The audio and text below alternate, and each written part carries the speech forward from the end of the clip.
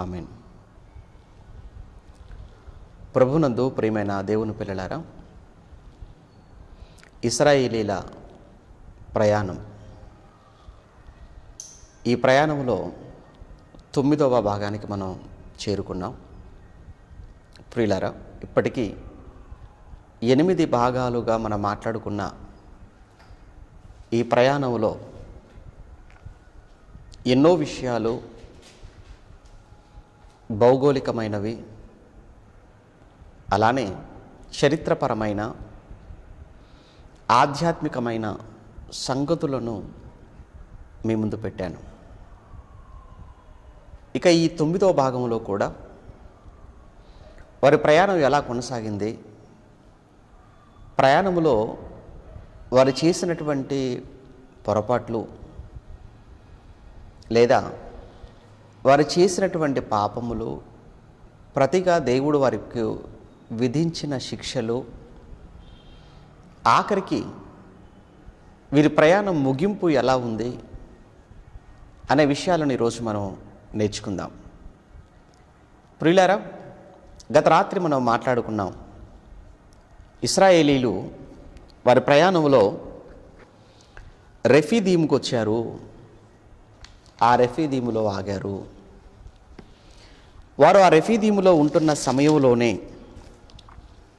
అక్కడ వారు మరలా నీళ్ళ కొరకు వారు సనిగినట్లుగా, ఆఖరికి మోషేను కాస్త ఆలస్యం అయితే రాళ్లతో కొట్టి చంపేటువంటి పరిస్థితి అక్కడ ఏర్పడబోయినట్లుగా మోషే గారి మాటల్లో మనం చూసాం. అది రెఫీదీములో జరిగిన సంఘటన. అంతేకాదు, వారు ఆ రెఫీదీములో ఉంటున్న సమయంలో జరిగినటువంటి మరొక ఇన్సిడెంట్, మరొక సంఘటన కూడా మనకు తెలియాలి. అదే అమాలేకీయులకును ఇటు ఇశ్రాయేలీలకును మధ్య జరిగినటువంటి ఒక యుద్ధముగా ఆ రెఫీదీములో మనం చూస్తుంటాం. ఒకసారి మనం నిర్గమాకాండం చూద్దాం. ఇక నిర్గమాకాండం 17వ అధ్యాయం, నిర్గమాకాండం 17వ అధ్యాయం 8వ వచనంలో, తర్వాత అమాలేకీయులు వచ్చి రెఫీదీములో ఇశ్రాయేలులతో యుద్ధము చేయగా, ఇక్కడ రెఫీదీములో ఇశ్రాయేలీలకు ఇటు అమాలేకీయులకు యుద్ధం జరుగుతున్నట్టుగా చూస్తున్నాం. వాళ్ళే వచ్చారు అమాలేకీయులు, ఇశ్రాయేలులతో యుద్ధం చేస్తున్నారు. ఇందుకు ఎవరండి అమాలేకీయులు అని ఒక ప్రశ్న మీలో కలగవచ్చు. ఎవరు అనేటువంటి ఒకే ఒక విషయాన్ని మాత్రమే నేను మీకు ఇక్కడ తెలియచేస్తాను. ఎందుకంటే మన అమాలేకీయుల గురించి కాదు మన పాఠం, ఇశ్రాయేలుల ప్రయాణం గురించి కనుక, ఈ ప్రయాణంలో వీళ్ళు వచ్చారు కనుక వీళ్ళు ఎవరు అనేటువంటి ఒక విషయాన్ని తెలుసుకొని మళ్ళీ వీళ్ళ ప్రయాణంలో మనం ముందుకు వెళ్ళిపోదాం.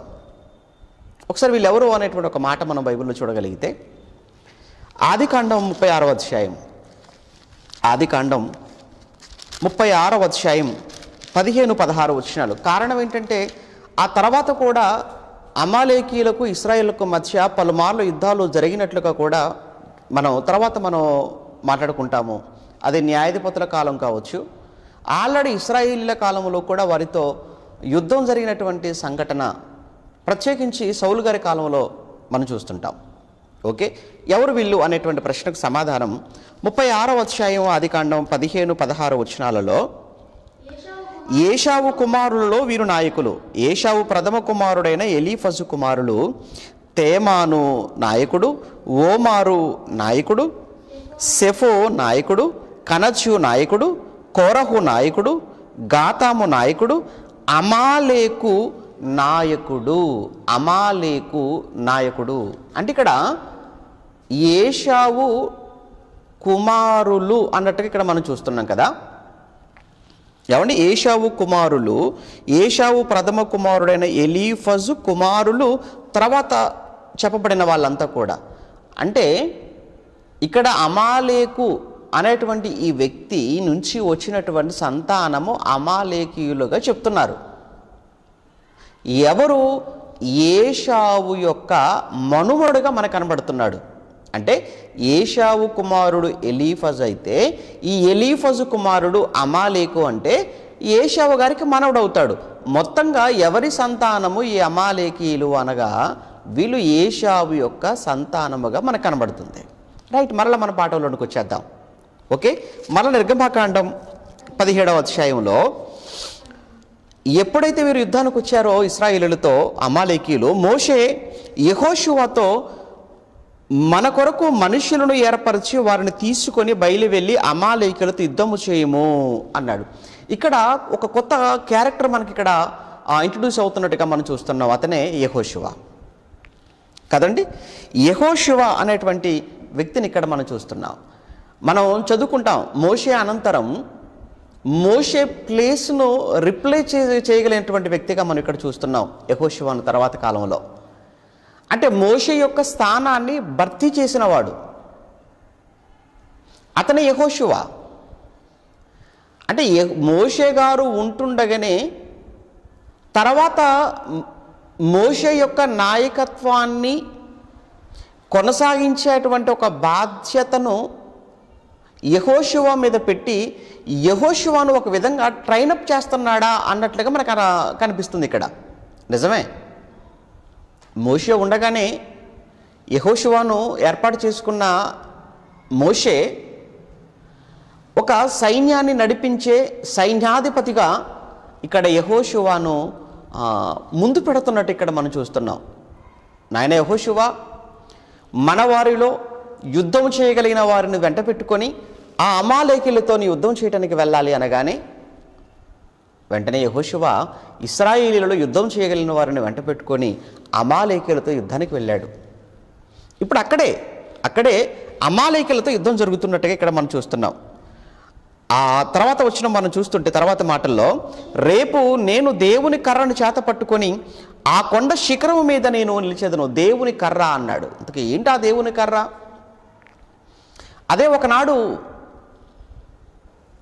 ఐగుప్తీయుల మీద ఉపయోగించినటువంటి కర్ర.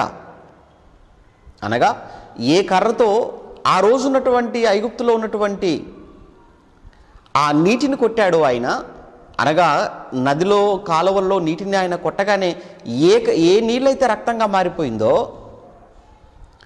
ఏ కర్ర చేత పట్టుకొని ఆ రోజు ఐగుప్తీయులపై ఆయన విజయాన్ని పొందుకున్నాడో అదే కర్ర. ముందుగా ఏ కర్ర అయితే హోరేబులో బండను కొట్టగానే నీళ్ళు వచ్చాయో అదే కర్ర. దాన్ని దేవుని కర్ర అని ఆయన మాట్లాడడం అనేది ఇక్కడ మనం చూస్తున్నాం.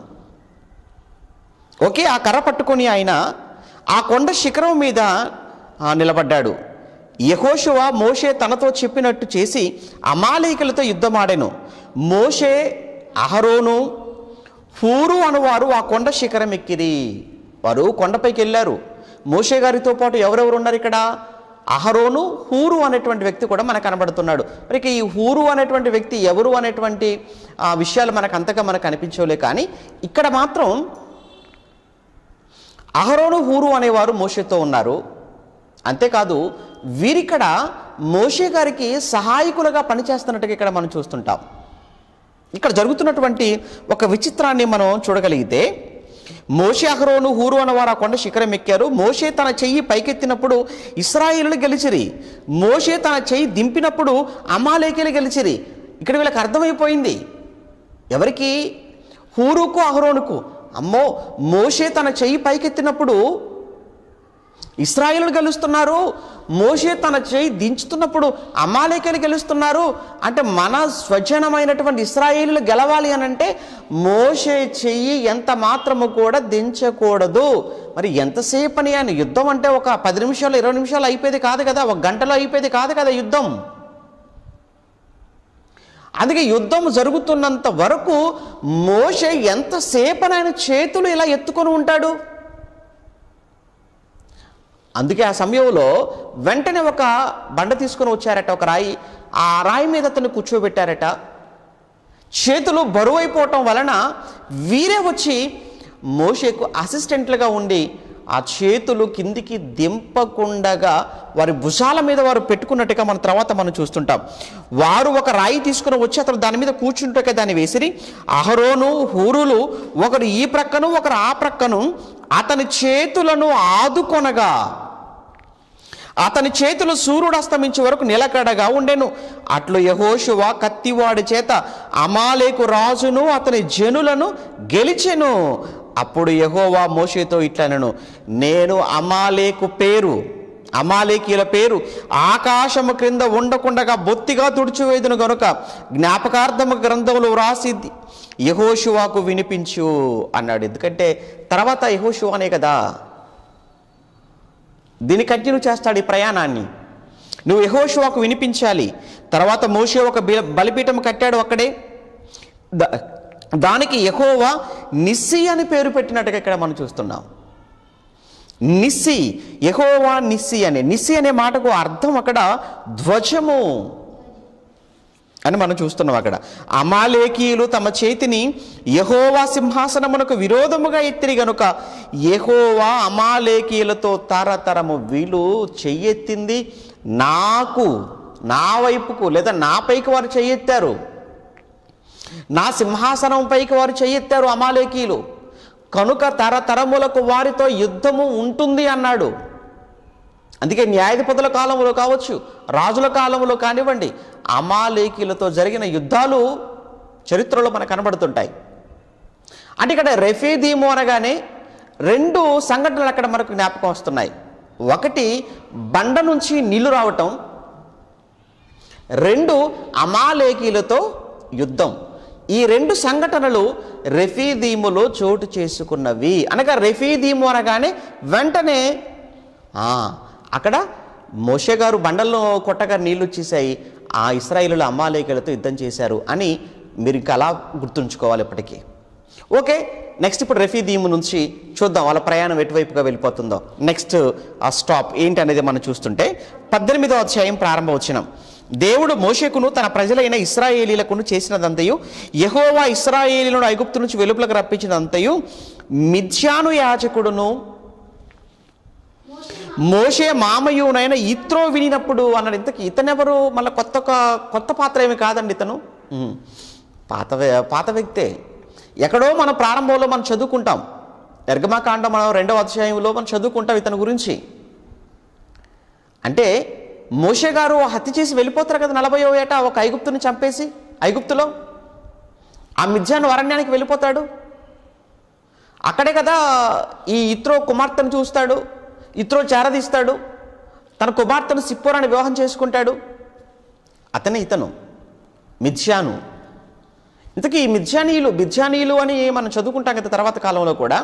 ఇంతకీ మిద్యాను అని ఇక్కడ మనం చదువుకున్నాం కనుక ఇంతకీ ఈ మిద్యానీయులు ఎవరు అనేది కూడా ఒక మాట చదువుకొని మళ్ళీ ఇక్కడికి వచ్చేద్దాం. ఈ మిద్యానీయులు ఎవరు అనేది కూడా ఒక మాట.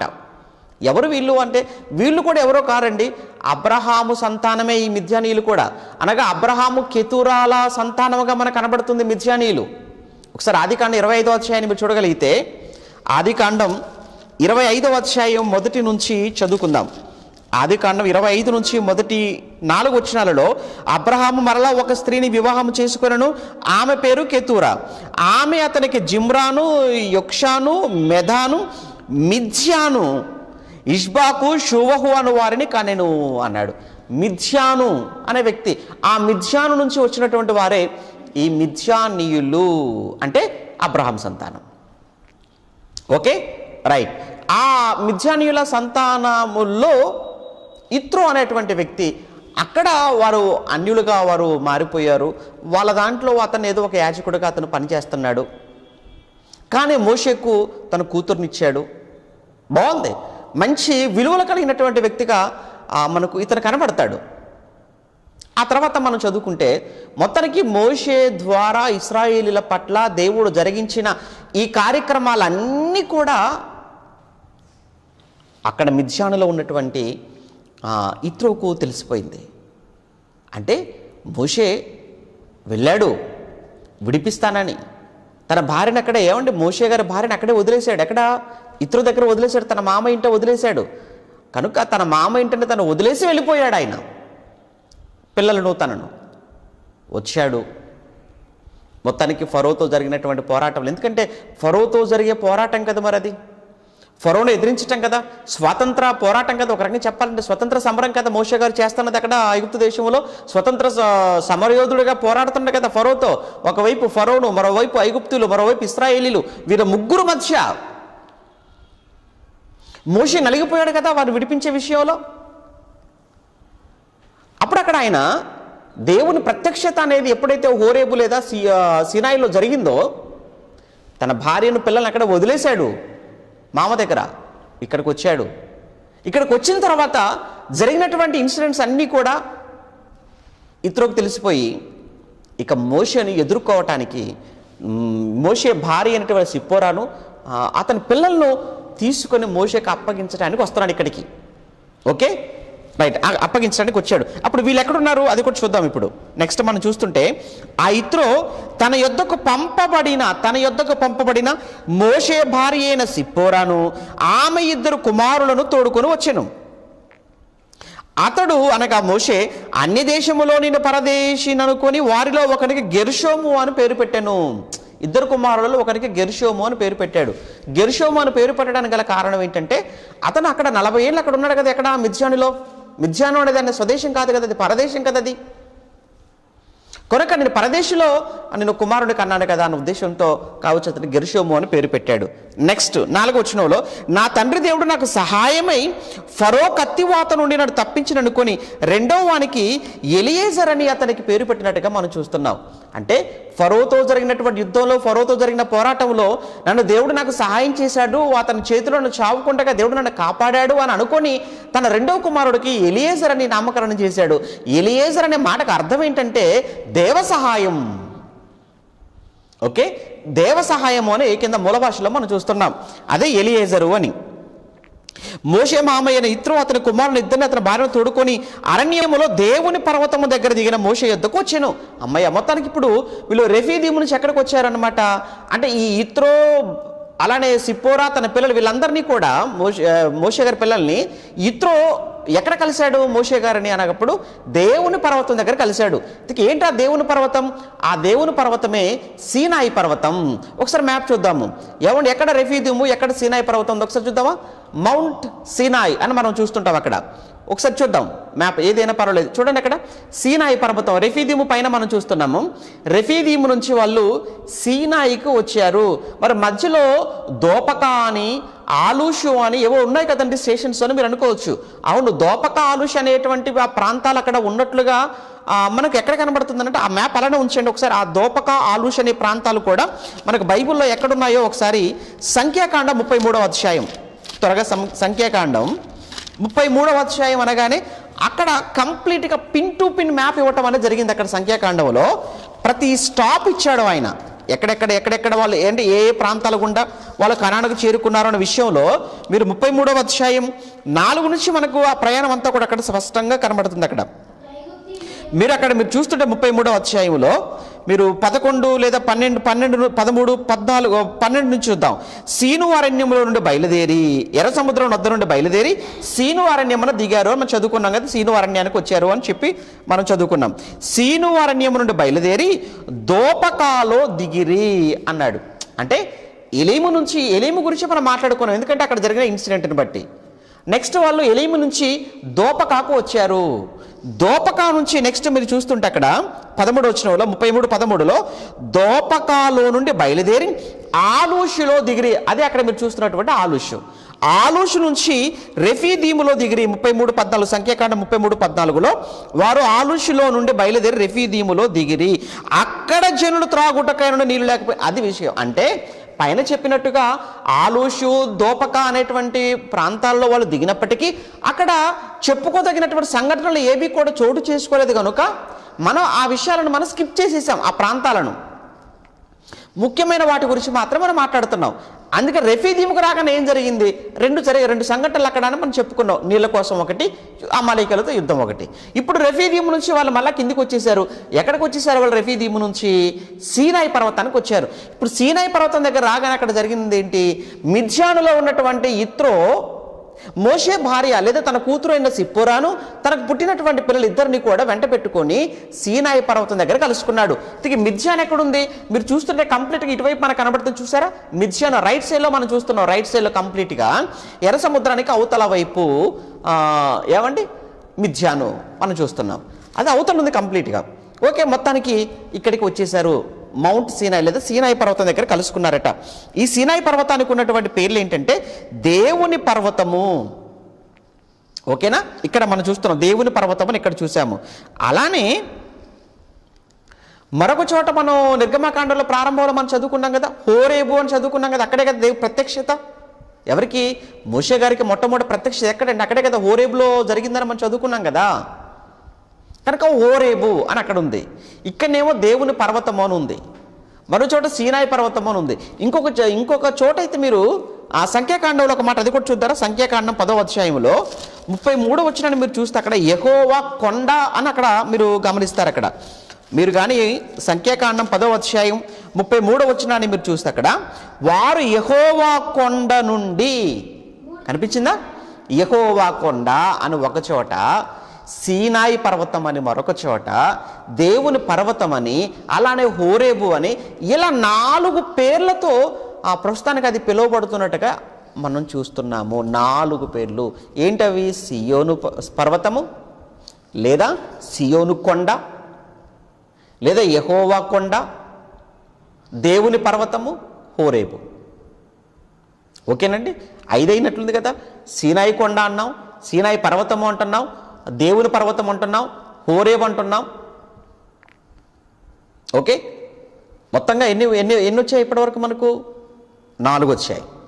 ఓకే, ఏమండి? ఇలా దేవుని పర్వతముగా పిలువబడినటువంటి అక్కడికి ఆయన వచ్చేసాడు. యిత్రోను నీ మామ అయినటువంటి నేనును నీ భార్యయు ఆమెతో కూడా ఆమె 2 కుమారులు నీ యొద్దకు వచ్చి ఉన్నాము అని మోషే గారికి కబురు పెట్టాడు. ఎందుకంటే లక్షల మంది జనం కదండి. మొత్తానికి అక్కడ వాళ్ళు ఉండటం కూడా అందరూ ఒక చోట కాదు కదా. అరణ్యంలో అక్కడక్కడ గుడారాలు వేసుకుని ఆ గుడారాలలో వాళ్ళు ఉంటుంటారు. టెంపరీ టెంట్లు వేసుకొని అందులోకి వెళ్ళి ఉంటుంటారు. మరి 20 లక్షల మంది పట్టేటువంటి గుడారాలు అంటే ఎంత ప్లేస్లో వాళ్ళు ఆక్రమించేసుకొని ఉండొచ్చు. అందులో ఎక్కడ మోషే గారు ఉన్నారు అనేది అప్పుడే వచ్చిన వీళ్ళకి ఎలా తెలుస్తుంది? అందుకే ఇన్ఫర్మేషన్ పంపించేశారు. మొత్తానికి మోషే దగ్గరికి వర్తమానం వచ్చేసింది 7వ వచనంలో. అప్పుడు వెంటనే మోషే గారికి విషయం తెలియగానే మోషే తన మామను ఎదుర్కొని పోయి, మీరు 7వ వచనం చూడండి, మోషే తన మామను ఎదుర్కొని పోయి వందనము చేసి అతను ముద్దు పెట్టుకొనెను. మామను ఏమండి? అతనిని ఎదుర్కొని పోయి అతనికి వందనము చేసి అతన్ని ముద్దు పెట్టుకున్నట్టుగా ఇక్కడ మనం చూస్తున్నాం. ప్రియులారా, ఆ రోజుల్లో ఉన్నటువంటి ఆ ప్రాంతంలో ఉన్నటువంటి ఒక చక్కని ఒక సంస్కారము, ఒక చక్కని మర్యాదని మనం చెప్పుకోవచ్చండి. ఎందుకంటే అతిథులు అనేవాళ్ళు, బంధువులు అనేవారు వచ్చినప్పుడు వారి పట్ల వారు చూపించే ప్రేమ, ఆప్యాయత అలానే ఉంటుంది. మీరు కానీ ఆదికాండం 18వ అధ్యాయాన్ని మీరు చూస్తే అక్కడ ఆదికాండం 18వ అధ్యాయంలో అక్కడ ఏమంటే అబ్రహాము గారు ఎండవేళ ఆ గుడారం ఎదుట కూర్చున్నప్పుడు 3 మనుషులు ఆయన చూడగానే పరిగెత్తుకుని వెళ్ళిపోతాడు. వాళ్ళకి సాష్టాంగ నమస్కారం చేస్తాడు. మీరు ఖచ్చితంగా మా ఇంటికి రావాల్సిందే అంటాడు. ఆ రోజు ఆయనే స్వయంగా వెళ్ళి వారికి ఆయన వారి భార్య శారా గారు వారిద్దరూ కలిసి స్వయంగా వారికి భోజనాన్ని వరకు సిద్ధం చేసి పెట్టినట్లుగా అక్కడ మనం చూస్తుంటాం. చూసారా? రావాల్సిందే, రావాలి అని చెప్పి వారికి చక్కటగా ఆ ఆతిథ్యం ఇచ్చినట్లుగా మనం చదువుకుంటాం 18వ అధ్యాయంలో ఆదికాండంలో. అలానే 29వ అధ్యాయానికి 29వ అధ్యాయంలో కూడా మీరు చూస్తుంటే అక్కడ కూడా ఆదికాండం 29వ అధ్యాయంలో కూడా అంతెందుకు 19వ అధ్యాయంలో కూడా 19వ అధ్యాయం అనుకుంటాను, అక్కడ కూడా మనకు లోతు గారు కూడా తన యొద్దకు వచ్చినటువంటి దేవదూతల విషయంలో మీరు చూస్తుంటే 3వ వచనంలో, నా ప్రభువులారా దయచేసి మీ దాసుని ఇంటికి వచ్చి రాత్రి వెళ్ళబుచ్చి కాళ్ళు కడుగుకొనుడి, మీరు పెందలకడన లేచి మీ త్రోవను వెళ్ళవచ్చు అన్నట్టు చూసారా 19వ అధ్యాయంలో. ఎవరు? లోతు గారండి. అంటే వచ్చినటువంటి వాళ్లకు ఇచ్చేటువంటి ఆతిథ్యం మీరు ఇక్కడ ఆలోచించాలి. అంటే ఇంటికి వచ్చిన వారి పట్ల వారు చూపించిన ప్రేమ, వారు ఇచ్చినటువంటి ఆతిథ్యము చాలా గొప్పది. ఆతిథ్యం గురించి ఒకరోజు మాట్లాడుకుందాం. చాలా మంచి విషయాలు మనకి ఇందులో కనబడతాయండి.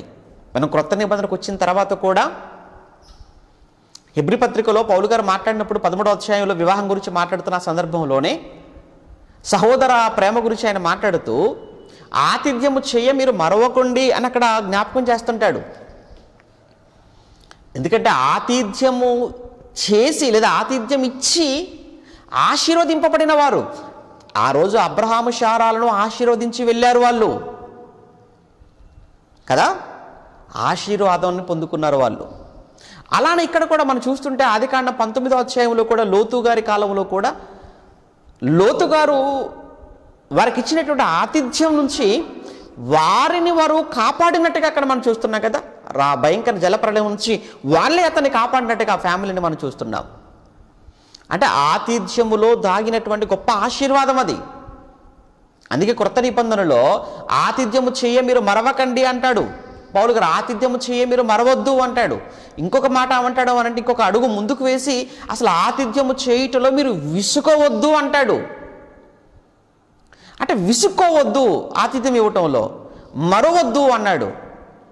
వారు ఆతిథ్యం ఇచ్చి అనేకమైన ఆశీర్వాదాలు పొందుకున్నారు కనుక మీ జీవితంలో మీరు ఆశీర్వదించబడాలి అని అనుకుంటే ఆతిథ్యం అనేది ఆతిథ్యాన్ని అలవాటుగా చేసుకోండి. ఏమండి మంచి మంచి విషయం ఇక్కడ. ఎప్పుడైతే ఇత్రో వచ్చాడు, మామగారు వచ్చారు అనగానే పరిగెత్తుకుని వెళ్ళిపోయాడు. ఆయనకు వందనం చేశాడు, మామకు వందనం చేశాడు, ఇత్రోకు వందనం చేశాడు, నమస్కారం పెట్టాడు, మెడ మీద పడ్డాడు, ముద్దు పెట్టుకున్నాడు. ఆ రోజు చూస్తారా ఎంత చక్కటి ఏమంటే రిసీవింగ్ ఉందో మీరు చూస్తుంటే అక్కడ వారు ఒకరి క్షేమం ఒకరు తెలుసుకొని గుడారంలోనికి వచ్చిరి. తర్వాత మోషే యెహోవా ఇశ్రాయేలు కొరకును ఫరో కొరకును అక్కడ కూర్చోబెట్టి వెంటనే మోషే గారు స్టార్ట్ చేశాడని చెప్పటం. ఇక మామగారు ఇదిగో మీ ఐగుప్తుకు వచ్చేసిన తర్వాత నేను మీ దగ్గర నుంచి జరిగినటువంటి సంఘటనలన్నీ ఇవి. నేను వెళ్ళాను ఫరో దగ్గరకు, ఫరో ఇలా మాట్లాడాడు, ఇశ్రాయేలు ఇలా మాట్లాడారు, ఐగుప్తులు ఇలా మొత్తానికి వారి చేతిలో నుంచి విడిపించే విషయంలో దేవుడు చాలా సహాయం చేశాడు, దేవుడు చాలా మేలులు చేశాడు, ఐగుప్తులు ఇలా బాధ పెట్టాడు, ఫరో సైన్యాన్ని ఇలా ముంచేశాడు అని ఇత్రోకు తన మామకు జరిగిన సంగతులన్నీ కూడా చక్కగా వివరించగానేనండి ఇత్రోలో కూడానండి చక్కటి దేవుడి మీద, యెహోవా దేవుడి మీద ఒక మంచి ఒపీనియన్, మంచి అభిప్రాయం అతనికి ఏర్పడిపోయి వెంటనే అలా అయితే యెహోవా దేవునికి బలి ఇచ్చేసేయాలని చెప్పి ఆ రోజు యెహోవా దేవునికి బలి ఇచ్చినట్టుగా దేవునికి అక్కడ మనం చూస్తుంటామండి. దేవునికి బలుడిచ్చేసి వాళ్ళంతా కూడా ఆ రోజు ఆనందంగా సంతోషంగా గడిపి, అంతేకాదు దేవుడు నిజంగా అందరిలో కల్లా యెహోవా దేవుడు మీ దేవుడు నిజంగా చాలా గొప్పవాడయ్యా అని చెప్పి అక్కడ ఇత్రో మాట్లాడడం అనేది కూడా అక్కడ మనకు కనబడుతుందండి. ఆ సందర్భం అంతా మీరు చదువుకుంటూ వెళ్ళండి, తర్వాత మీకు అర్థమవుతుంది. అయితే అదే సమయంలో ఏమంటే ఇత్రో గారు అక్కడ ఉంటున్న సమయంలోనే ఈలోపు కొంతమంది వ్యాజ్యం కోసం అని చెప్పేసి అని ఏదో వివాదం వచ్చేసింది వారిలో. ఆ వివాదం వచ్చినటువంటి వారు మోషే గారి దగ్గరికి వచ్చి మాకు ఈ వివాదాన్ని మీరు తీర్చాలి అని అనగానే అలాగే నేనేం తీర్చుతాను, దేవుడు ముందు పెడతాను, దేవుడు ఏం చెప్తాడో అప్పుడు నేను అదే మీకు చెప్తాను అని చెప్పి మీరు అలా ఉండండి అని మోషే గారు దేవుడిని అడగడానికి వెళ్ళాడు. ఈలోపు వాళ్ళు ఉదయం నుంచి సాయంకాలం వరకు అందరూ కూడా అక్కడ బయట వెయిటింగ్లో ఉన్నారు. ఇది కాస్త ఇత్రో చూస్తాడు. చూసి ఏంటి మోషే ఉదయం అనంగా వచ్చారు వాళ్ళు, సాయంకాలం వరకు వెయిటింగ్లో పెట్టావేంటి అంటే, అవును మరి వాళ్ళకు పరిష్కారం, వాళ్ళ సమస్యకు పరిష్కారం చూపించాలి కదా, దేవుని అడుగుతున్నాను అంటే, నువ్వు దేవుని అడగడం కోసం అని చెప్పి ఇంతమందిని ఇంతగా నీ కోసం వెయిటింగ్లో పెట్టడం అనేది మంచిది కాదు. అలా అని ఇంతమందికి నువ్వు ఒక్కడివే ఉండి వీళ్ళ ప్రతి సమస్యను నువ్వే పరిష్కరించాలి అని అంటే అది నీకు కూడా భారంగా ఉంటుంది కదా. నేను పెద్దవాడిని కదా, అనుభవజ్ఞుని కదా, నేను ఒక సలహా నీకు ఇస్తానయ్యా అన్నాడు. ఏంటి అంటే, ఇది ఒక 10 మందికి ఒకరిని చొప్పున, 100 మందికి ఒకరిని చొప్పున, 1000 మందికి ఒకరిని చొప్పున వారిలో కొంతమంది నాయకులుగా పెట్టు. అప్పుడు ఆ 10 మంది వారి సమస్య వస్తే అతని దగ్గరికి వెళ్తారు, 100 మందిలో సమస్య వస్తే పై అతని దగ్గరికి వెళ్తారు, 1000 మందిలో సమస్య వస్తే వాళ్ళ పైన ఉన్న వాడి దగ్గరికి వస్తారు. నీ దగ్గరికి వచ్చేటప్పటికి చాలా పెద్ద సమస్య అయితేనే తప్ప నీ దగ్గర రాకూడదు. ఎందుకంటే ప్రతి చిన్నదానికి నువ్వే సమాధానం చెప్పుకోవాలి అని అంటే నీ వల్ల అవుతుందంటావా? నువ్వు భరించలేవిది. అయితే అలా వారిపైన న్యాయాధిపతులుగా 10 మందికి న్యాయాధిపతిగా పెట్టాలన్నా, 50 మందికి న్యాయాధిపతిగా పెట్టాలన్నా, 100 మందికి న్యాయాధిపతిగా పెట్టాలన్నా, 1000 మందికి న్యాయాధిపతిని ఒకరిని పెట్టాలన్నా, నీవు నియమించేటువంటి న్యాయాధిపతి ఎలాంటి వాడై ఉండాలి? అతనికంటూ కొన్ని అర్హతలు, అతనికంటూ కొన్ని లక్షణాలు ఉండాలి. ఇంతకీ ఏంటి అర్హతలు, ఏంటి లక్షణాలు? అవి మీరు చూస్తే 20వ వచనంలో, నీవు వారికి ఆయన కట్టడలను ధర్మశాస్త్ర విధులను బోధించి వారు నడవవలసిన త్రోవను, వారు చేయవలసిన కార్యములను వారికి తెలపాలి. మరి నీవు ప్రజలందరిలో సామర్థ్యము, నెంబర్ 1 చెప్తున్నాడు క్వాలిఫికేషన్. అతనికి నువ్వు నియమించే జడ్జికి లేదా న్యాయాధిపతికి సామర్థ్యం ఉండాలి, సబ్జెక్ట్ తెలిసి ఉండాలి, సమస్యల మీద అవగాహన ఉండాలి అతనికి. అంతే కదండి, సమస్యల మీద అవగాహన ఉండాలి. సామర్థ్యం అంటే అది. కనుక అతను సామర్థ్యం ఉండాలి. 2 దైవభక్తి కలిగిన వాడై ఉండాలి. 3 సత్యాసక్తి, అంటే వాక్యం పట్ల నేర్చుకోవాలి అనేటువంటి విషయంలో ఆసక్తి కలిగిన వాడై ఉండాలి. 4 లంచగొండి కానివాడై ఉండాలి, అవినీతిపరుడు కానివాడై ఉండాలి. ఎందుకంటే అంత అవినీతిమయం కదా మొత్తం కూడా. ఎక్కడ న్యాయం దొరుకుతుందని ఎక్కడికి మనం వెళుతున్నామో, ఏ న్యాయస్థానంలోనికి, అక్కడ కూడా అవినీతి ఉంటే ఇక న్యాయం జరిగేది ఎక్కడ, ఎప్పుడు? అన్ని వ్యవస్థలలో అవినీతి అనేది ఉంది అన్నది అందరికీ తెలిసిన విషయం కదండి. అవినీతి లేని వ్యవస్థ ఏముంది? ఏ వ్యవస్థను మీరు తీసుకుంటారు? ఏ రంగాన్ని మీరు తీసుకుంటారు? ఏ రంగంలోనైనా, ఏ వ్యవస్థలోనైనా అవినీతి అనేది కామన్గా మారిపోయి, సామాన్యమైన విషయంగా మారిపోయింది ఈరోజు. అందులో మన దేశం గురించి నేను మీకు చెప్పాల్సిన పని లేదు. గతంలో కూడా ఒకసారి మాట్లాడుకున్నాం. అవినీతిలో అగ్రస్థానంలో మన దేశం ఉంది అని సర్వేలో చెప్పిన నిజం, పేపర్లో వచ్చిన వాస్తవాన్ని మీ ముందు పెట్టాను గతంలో కూడా. మరి ఎక్కడండి అవినీతికి తావులేనిది? ఎక్కడండి అవినీతి పనులు శిక్ష పడేది అని అంటే న్యాయస్థానంలో అనుకుంటే, ఆ న్యాయస్థానానికి వెళ్ళిపోతే ఆ న్యాయస్థానంలో కూడా, అక్కడ కూడా అవినీతి అనేది ఉంటే ఇక మనిషికి న్యాయం ఎక్కడ జరగాలి, ఎప్పుడు జరగాలి చెప్పండి? గతంలో మీకు తెలుసు కదా, గాలి జనార్దన్ రెడ్డి అనే ఒక వ్యక్తి బెయిల్ విషయంలో, అతనికి బెయిల్ ఇచ్చే విషయంలో హైదరాబాద్లో హైకోర్టులో ఉన్నటువంటి ఒక న్యాయమూర్తి పట్టాభి అనేటువంటి ఆయన అతని దగ్గర నుంచి లంచము తీసుకుంటుండగా అతను పట్టుబడ్డాడు. విషయం ఏంటంటే ఇతనికి బెయిల్ లేదు. ఇతనికి బెయిల్ లేకపోగా ఇతని దగ్గర లంచం తీసుకొని బెయిల్ ఇద్దామనుకున్న ఆ న్యాయమూర్తి జడ్జి అతను జైలుకి వెళ్ళాల్సి వచ్చేసిందండి. అతను దొరికాడు. మరి మిగతా ఎంత దారుణం అండి. అందుకే న్యాయం జరగాలి, న్యాయం జరగాలి, ఎవరికి అన్యాయం జరగకూడదు. మంచి మాట చెప్తుంటారు కదండి న్యాయ వ్యవస్థ గురించి మాట్లాడుతూ. 100 మంది దోషులు తప్పించుకున్నా పర్వాలేదట, 99 మంది దోషులు తప్పించుకున్నా పర్వాలేదేమో అంటుంటారు. ఏమండి, ఒక నిర్దోషికి శిక్ష పడకూడదు అని అంటుంటారు. ఏమో మరి మీకు తెలియాలి. ఏమండి, అంటే ఇక్కడ విషయం ఏంటంటే ఎట్టి పరిస్థితుల్లో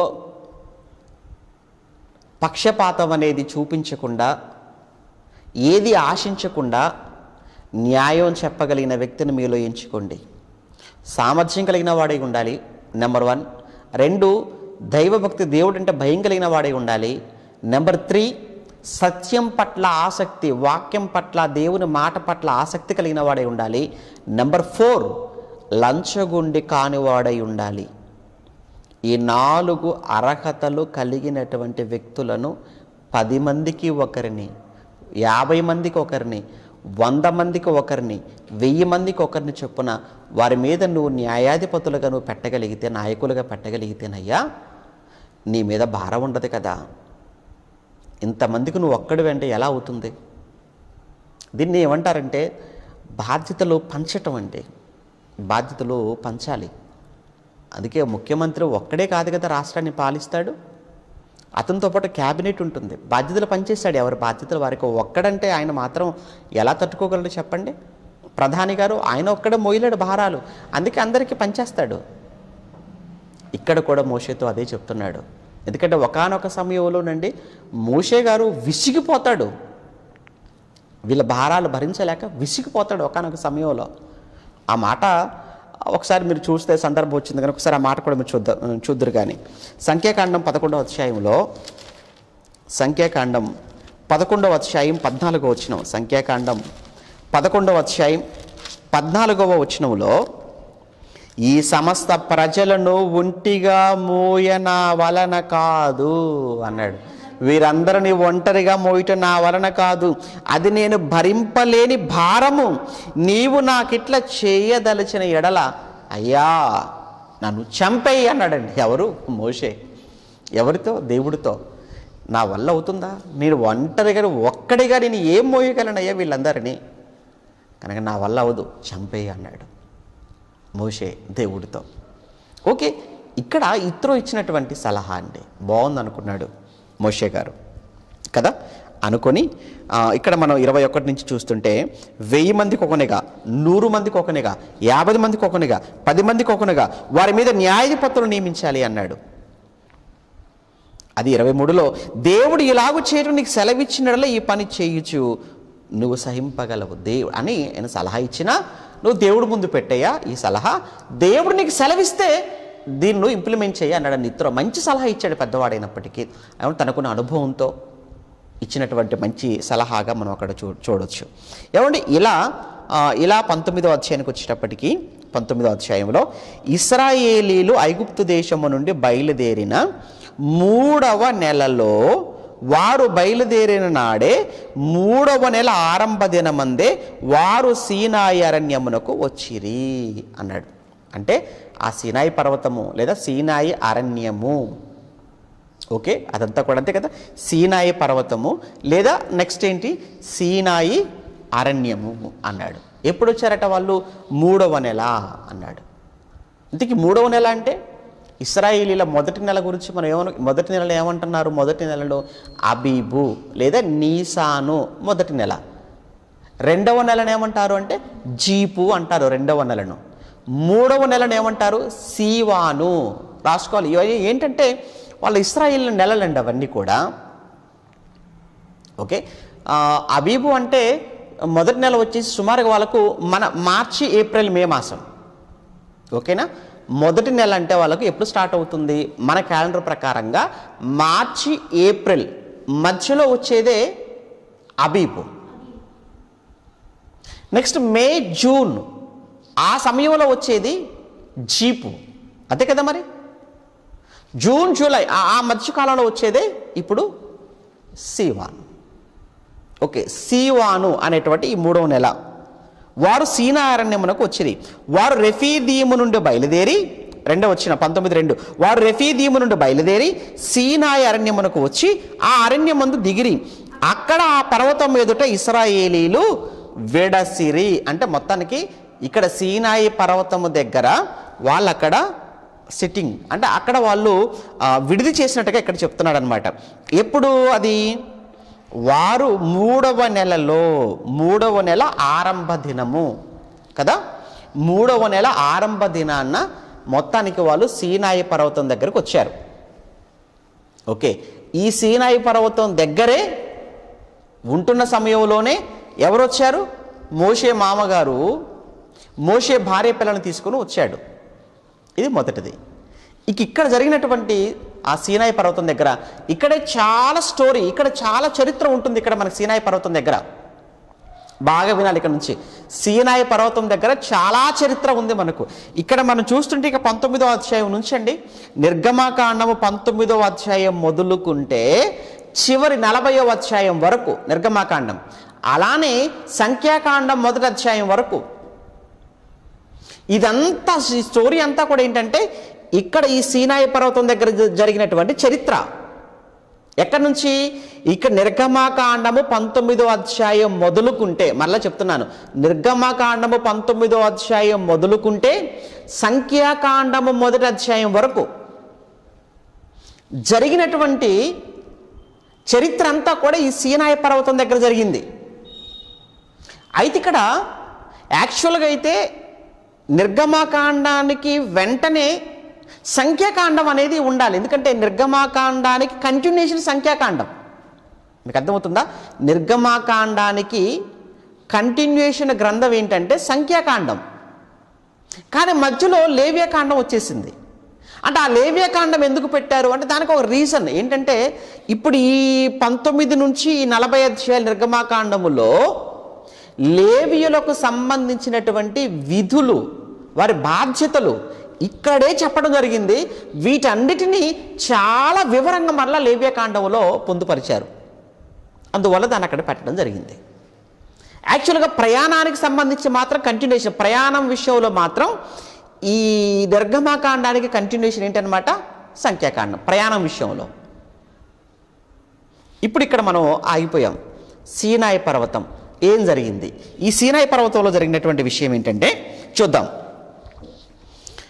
3వ వచనంలో అక్కడ ఆ పర్వతం ఎదుట ఇశ్రాయేలును విడిచి మోషే దేవుని యొద్దకు ఎక్కిపోగా, అనగా సీనాయి పర్వతం పైకి మోషే వెళ్ళగానే యెహోవా ఆ పర్వతం నుండి అతను పిలిచి, నీవు యాకోబు కుటుంబీకులతో నీవు ముచ్చటించి నీవు వారికి చెప్పవలసినది ఏంటంటే, ఇదిగో నేను ఐగుప్తీయులను ఏమి చేసితును, మిమ్మును గద్ద రెక్కల మీద మోసి నా యొద్దకు మిమ్మును ఎట్లు చేర్చుకుంటినో మీరు చూచితిరి కదా. మోషే నువ్వు వారి దగ్గరికి వెళ్ళు, ఇశ్రాయేలు యొద్దకు వెళ్ళి ఒక్కసారి వారికి నువ్వు జ్ఞాపకము చెయ్యి. ఒకసారి ఏంటయ్యా, ఏం జ్ఞాపకం చేయమంటావు? వారిని ఎలా నేను విడిపించాను, అలానే వారిని ఎలా గద్ద రెక్కల మీద నేను మోసుకొని వచ్చాను. ఒక గద్ద తన పిల్లలను అది ఎగురుతున్నప్పుడు ఎంత జాగ్రత్తగా అయితే తన రెక్కల మీద పెట్టుకొని అది వెళుతుందో, నేను కూడా ఐగుప్తు నుంచి నా పిల్లలైన ఇశ్రాయేలీలను అలానే నేను ఎంత జాగ్రత్తగా ఇక్కడ దాకా తీసుకుని వచ్చాను. దానికి నువ్వు సాక్షిగా ఉన్నావే. వాళ్ళంతా కూడా తెలిసిన విషయమే కదా, ఇప్పటివరకు అంతా వాళ్ళు చూసిన విషయమే కదా. అంటే ఇంకా చెప్పాలంటే ఒక తండ్రిగా లేదా ఒక తల్లి తన కడుపును పుట్టిన చంటి బిడ్డల విషయంలో ఎంత అలర్ట్గా ఉంటుంది, ఎంత జాగ్రత్తగా ఉంటుంది. పాలు తాగే పిల్లల విషయంలో తల్లి చూపించిన శ్రద్ధ, తల్లి తీసుకునే జాగ్రత్త, పరలోకపు తండ్రిగా నేను ఇశ్రాయేలుల విషయంలో తీసుకున్నది నిజం కాదా? అవును. ఒకసారి నువ్వు వెళ్ళి వారికి జ్ఞాపకం చేయి. ఆ నెక్స్ట్ నువ్వు చేయవలసింది ఏంటంటే, వారితో నాకు ప్రామిస్ చేయించాలి, వారితో నాకు ఒక నిబంధన చేయించాలి. ఏంటా నిబంధన? 5 కాగా మీరు నా మాట శ్రద్ధగా విని నా నిబంధన అనుసరించి నడిచిన యెడల మీరు సమస్త దేశములలో నాకు స్వకీయ సంపాద్యమగుదురు, సమస్త భూమియు నాదే కదా అన్నాడు. 8వ వచనం, అందుకు ప్రజలందరూ అన్నారు, యెహోవా చెప్పినదంతయు చేసేదమని ఏకముగా ఉత్తరం ఇచ్చిరి. ఇది మొదటిసారి. 1వసారి ఎప్పుడైతే మోషే వచ్చి ఆ మాట చెప్పాడో అప్పుడు ప్రజలంతా కూడా అన్న మాట ఏంటో తెలుసా? అయ్యయ్యో మోషే ఎంత మాట, మేము యెహోవా మాట కాక మేము ఎవరి మాట వింటాము, ఆయన కాక మేము ఎవరికి లోబడతాము? ఖచ్చితముగా మా అందరి మాటగా నువ్వు వెళ్ళి మళ్ళా నువ్వు చెప్పయ్యా దేవుడికి, ఏమని? మేమందరము కూడా దేవునికి లోబడతామని నువ్వు చెప్పు, మా అందరి మాటగా అన్నారండి. 1వసారి. ఇంకా చూద్దామా ఇంకొక మాట? ఏమండి ఇంకొకసారి మీరు చూస్తే 20వ అధ్యాయం, ఇదే నిర్గమాకాండం 20వ అధ్యాయం 19వ వచనం, నీవు మాతో మాట్లాడము మేము విందుము, దేవుడు మాతో మాట్లాడిన ఎడల మేము చనిపోవుదుము. ఏమండి మేము చనిపోవుదుము. ఆ తర్వాత అప్పుడు మోషే భయపడకుము, మిమ్మల్ని రక్షించుటకు మీరు పాపము చేయకుండానట్లు ఆయన భయం మీ కలుగుటకును దేవుడు వేంచేసినని ప్రజలతో చెప్పెను. 23 అండి, 23వ అధ్యాయం చూద్దాం. 23వ అధ్యాయం 4-7 వచనాలు. 23వ అధ్యాయం 4-7 వచనాలు. 23వ అధ్యాయం నిర్గమాకాండం 23వ అధ్యాయం 4వ వచనం, నీ శత్రువుని యొద్ద అయినను గాడిద అయినను తప్పిపోవుచుండగా అది నీకు కనబడిన ఎడల ఆ అగత్యముగా నీవు దానిని తోలుకొని వచ్చి దానిని అప్పగించదవు, అప్పగించవలను. 20వ అధ్యాయం ఏమండి 23 నిర్గమాకాండం 23వ అధ్యాయం 4 చదివారు. ఓకే, 7వ వచనం, 7వ వచనంలో అబద్ధమునకు నీవు దూరముగా నుండుము, నిరపరాధి అయినను నీతిమంతులైనను చంపకూడదు, నీవు దుష్టు నుండి నిర్దోషినిగా నీవు ఎంచవు అన్నాడు. ఏమండి 24వ అధ్యాయం, 24వ అధ్యాయం అండి, క్షమించండి 24వ అధ్యాయం, 23 కాదు 24వ అధ్యాయంలో 3వ వచనం. మోషే వచ్చి యెహోవా మాటలన్నిటినీ విధులన్నిటినీ ప్రజలతో వివరించి చెప్పెను. అది విషయం ఇక్కడ, ఇది మనకు అవసరమైన మాట.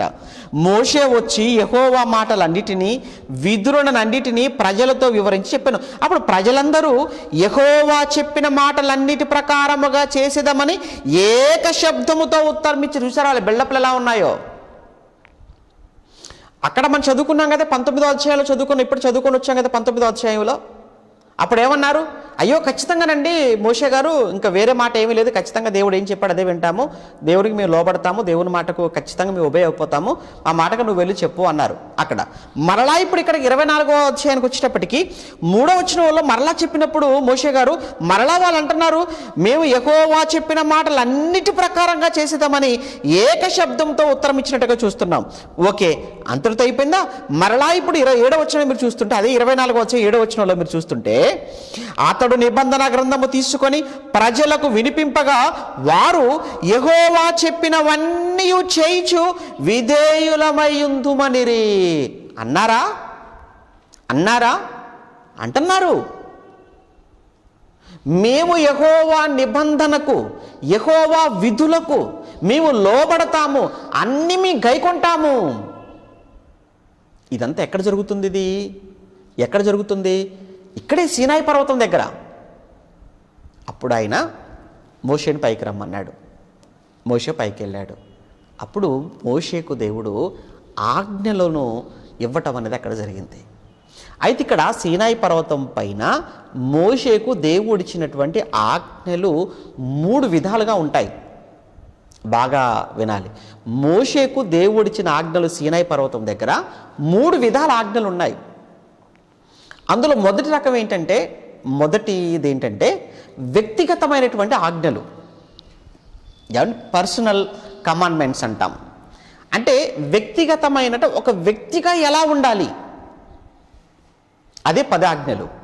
అందుకే నీవు నీవు నీవు నీవు అని అక్కడ మనం చదువుతుంటాం కదా, నీవు నరహత్య చేయకూడదు, నువ్వు దొంగిలకూడదు, నువ్వు అబద్ధం చెప్పకూడదు అని మాట్లాడుతుంటాడు కదా. ఆ 10 ఆజ్ఞలు మనందరికీ తెలుసు. అవేంటంటే వ్యక్తిగతమైన ఆజ్ఞలు. ఓకే, రెండవది ఏంటంటే సాంఘిక చట్టములు, సమాజానికి సంబంధించిన ఆజ్ఞలు. అంటే సమాజములో ఎవరు ఏ తప్పు చేసినప్పుడు ఆ తప్పుకి ఏ విధమైన శిక్షలు అమలు చేయాలి, సమాజంలో ఒకరు మరొకరి పట్ల ఎలా ప్రవర్తించాలి, ఏ విషయాలలో ఎలా మనం ఉండాలి, అంటే సమాజం అంతటికి సంబంధించిన ఆజ్ఞలు. వ్యక్తికి సంబంధించిన ఆజ్ఞలు నెంబర్ 1. నెంబర్ 2 సమాజానికి సంబంధించిన ఆజ్ఞలు. ఇక 3వ విషయం ఏంటంటే ఆరాధనకు సంబంధించిన, ఆరాధనకు లేదా విశ్వాసానికి సంబంధించిన, ఇంకా లేదంటే మతపరమైన అని చెప్పొచ్చు. మతము అంటే విశ్వాసం అని అర్థం. మతము అంటే విశ్వాసము, మతము అంటే విశ్వాసము లేదా నమ్మకము అని. ఓకేనా? అంటే ఇక్కడ 1 వ్యక్తిగతమైనటువంటి ఆజ్ఞలు, 2 సమాజానికి సంబంధించిన చట్టాలు, 3 దేవుని విషయంలో ఆరాధన ఎలా చేయాలి ఎలా చేయకూడదు అని చెప్పినటువంటి విషయాలు. ఈ 3ంటికి సంబంధించినటువంటి వివరణ, ఈ 3ంటికి సంబంధించిన చట్టాలు ఈ సీనాయి పర్వతం పైన లేదా సీనాయి పర్వతం దగ్గర దేవుడు మోషేకు ఇవ్వటం జరిగింది. అందుకే వాటన్నింటినీ కూడా ఆయన రాయటం కావచ్చు, వాళ్ళతో మాట్లాడటం కానీ, వాళ్ళకి వివరించటం కానీ, వాళ్ళ అనుమానాలు తీర్చటం కానివ్వండి. ఆ తర్వాత అక్కడ మతపరమైన అని అన్నాం కదా మన ఆరాధనకు సంబంధించి. ఇక అక్కడే వరకు ప్రత్యక్షపు గుడారం ఏంటి, ఆ ప్రత్యక్షపు గుడారానికి సంబంధించిన కొలతలు, దాని నిర్మాణం, మందసం, దాని నిర్మాణం, ఇవన్నీ కూడా సీనాయి పర్వతం దగ్గరనే అంతా కూడా జరిగినట్టుగా, ఇవన్నీ అక్కడ ఏర్పాటు అవుతున్నట్టుగా మనకు కనబడుతుంది. అందుకే సుమారు ఈ సీనాయి పర్వతము యొద్ద ఇశ్రాయేలీలు మొత్తంగా వారు ఉన్న కాలం సుమారు సంవత్సర కాలం అక్కడ ఉంటారు.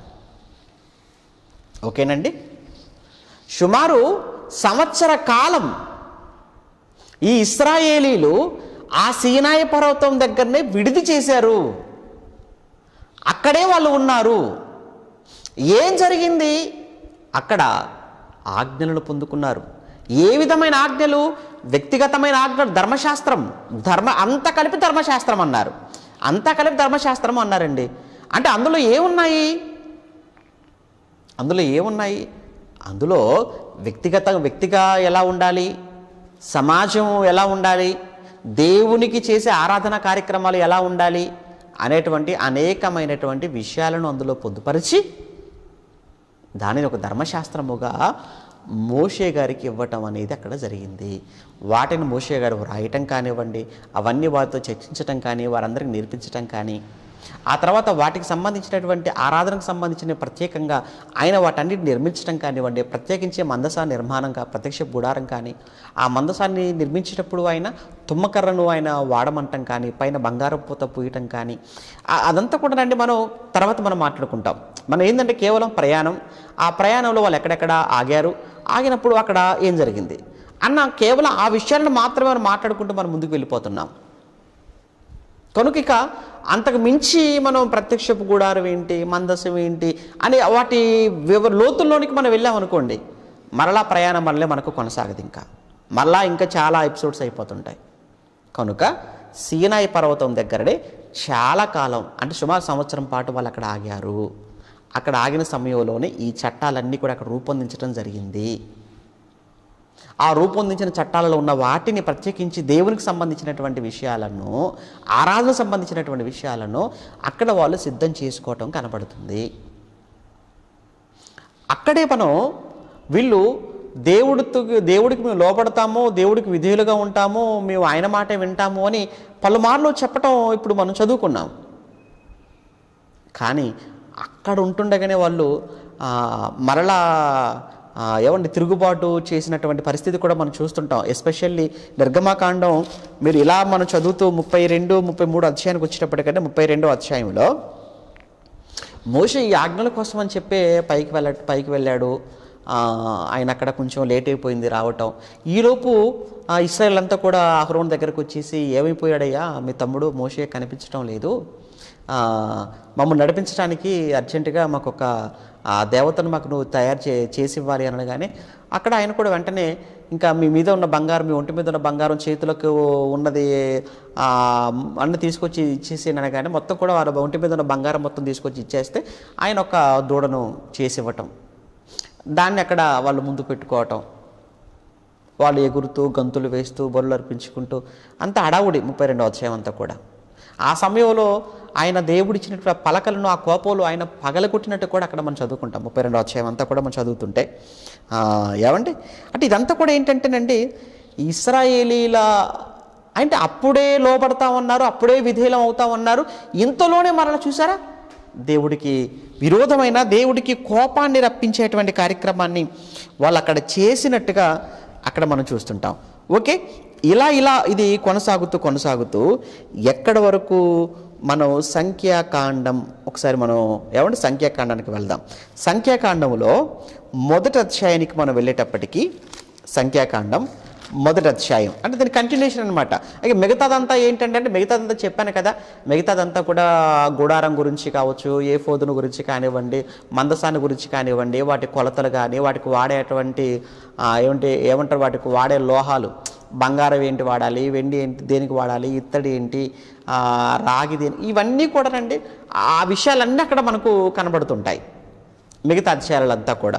ఇప్పుడు సంఖ్యాకాండం దాని కంటిన్యూషన్, ప్రయాణం కోసం మాత్రం మనం మాట్లాడుకుంటున్నాం కనుక ఇప్పుడు మనం డైరెక్ట్గా అక్కడి నుంచి సంఖ్యాకాండానికి వచ్చేద్దాం. సంఖ్యాకాండం మొదటి అధ్యాయంలో చరిత్ర ఎక్కడంటే అక్కడే సీనాయి పర్వతం, దీని కంటిన్యూషన్.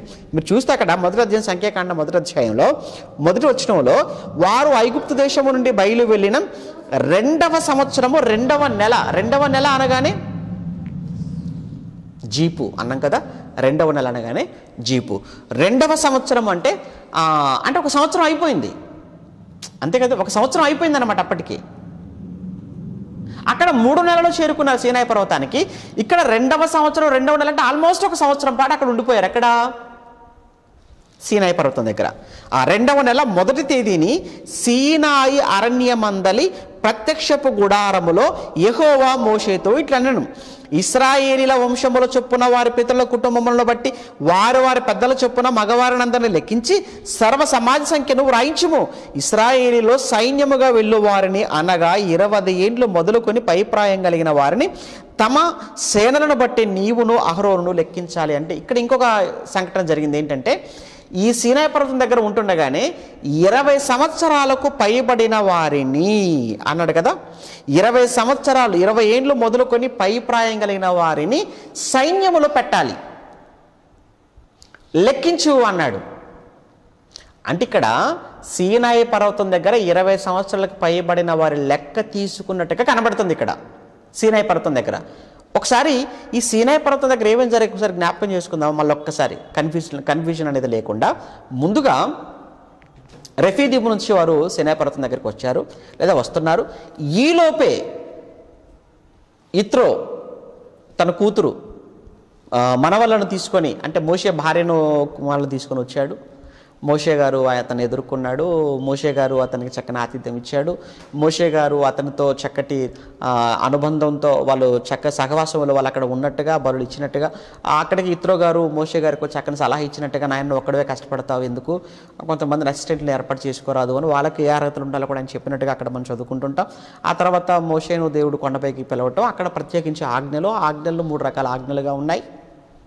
అంతకు ముందే దేవుడు మోషే ద్వారా వారితో మాట తీసుకోమంటాడు. ఏమని తీసుకోమంటాడు మాట అంటే, ఇదిగో ఆజ్ఞలు ఇస్తాను, మీరు లోపడతారా దేవుడికి, ఎందుకంటే మిమ్మల్ని కష్టపడింది, మిమ్మల్ని ఒక గద్ద తన పిల్లల్ని ఎలా అయితే తన రెక్కల మీద మోసుకొని వెళ్ళిపోతుందో, నేను కూడా మిమ్మల్ని అలానే మోసుకొని వచ్చాను కదా ఐగుప్తు దేశం నుంచి, కనుక మీరు నాకు లోపడతారా, నా మాట వింటారా, నా ఆజ్ఞలు మీరు గైకుంటారా, ఒకసారి వాళ్ళ దగ్గరికి వెళ్ళి మాట తీసుకో అని చెప్పేసి అని మోషేతో చెప్పటం, మోషే వారితో అనటం, మోషే ఎవరు ఇస్రాయేలీయులతో దానికి ఒప్పుకోవటం, అప్పుడు దేవుడు ఆజ్ఞలు ఇవ్వటం, ఇదంతా కూడా అందులో భాగంగానే ఎస్పెషల్లీ అందులో ఆరాధనకు సంబంధించి వర్షిప్కి సంబంధించినటువంటి విషయాలు, అందులో దేవునికి సంబంధించినటువంటి సంగతులు, అందులో ప్రత్యక్ష గుడారం కావచ్చు, మందసం కావచ్చు, వాటికి సంబంధించిన నిర్మాణాలు కావచ్చు, యాజకులు కావచ్చు, యాజకులకు ఉన్న అర్హతలు కానీ, ఆ యాజకులు ధరించే ఏఫోదు కానీ, ఆ ఏఫోదును ఎలా తయారు చేయాలనే విషయాలు కానీ, ఇవన్నీ కూడా మాట్లాడుకోవటం, రాయటం, ఇదంతా కూడా సుమారుగా ఇక్కడ వాళ్ళు సంవత్సర కాలం పాటు ఉంటారు.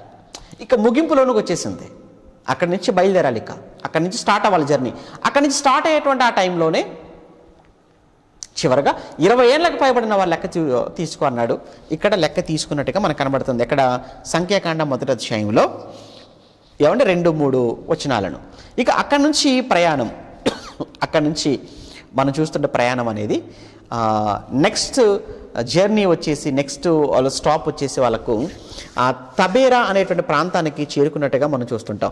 ఒకసారి ఇది ఎక్కడ ఉంది తబేరా అనేది మనం చూస్తే సంఖ్యాకాండం, ఇదే సంఖ్యాకాండం 11వ అధ్యాయం, ఇదే సంఖ్యాకాండం 11వ అధ్యాయంలో, సంఖ్యాకాండం 11వ అధ్యాయం దానికంటే ముందండి, దానికి ముందు 33వ వచనం, 10వ అధ్యాయం 33వ వచనం చదువుకోవాలి. దానికి ముందు మనం 10వ అధ్యాయం 33వ వచనం చదువుకోవాలి. వారు యెహోవా కొండ నుండి 3 దినములు ప్రయాణం చేశారు. అమ్మయ్య అంటే కదిలారు. ఎక్కడి నుంచి కదిలారనమాట ఇప్పుడు వాళ్ళు? యెహోవా కొండ నుంచి. అంటే ఎక్కడ? అదే సీనాయి పర్వతం కదా యెహోవా కొండ అంటే. అంటే ఇప్పుడు సియోను పర్వతం నుంచి వాళ్ళు కదిలారు. ఎంత ముందుకు వచ్చేసారో వాళ్ళు, ఎన్ని దినాల ప్రయాణానికి వాళ్ళు ముందుకు వచ్చేసారు? 3 దినాల ప్రయాణము చేసిరి అని రాయబడింది అక్కడ. ఆ 3 దినాల ప్రయాణం చేసి వారికి విశ్రాంతి స్థలము చూచుటకు ఆ 3 దినముల ప్రయాణములో యెహోవా నిబంధన మందసము వారికి ముందుగా సాగింది. ఇక్కడ నుంచి వాళ్ళ ప్రయాణం ఏంటంటే నిబంధన మందసము. అంటే ముందు మందసాన్ని మోసేటువంటి వాళ్ళు ఉంటారు, వాళ్ళు కూడా లేవీయులైన వారే వాళ్ళు మోయాలి, రూల్ ఉంది.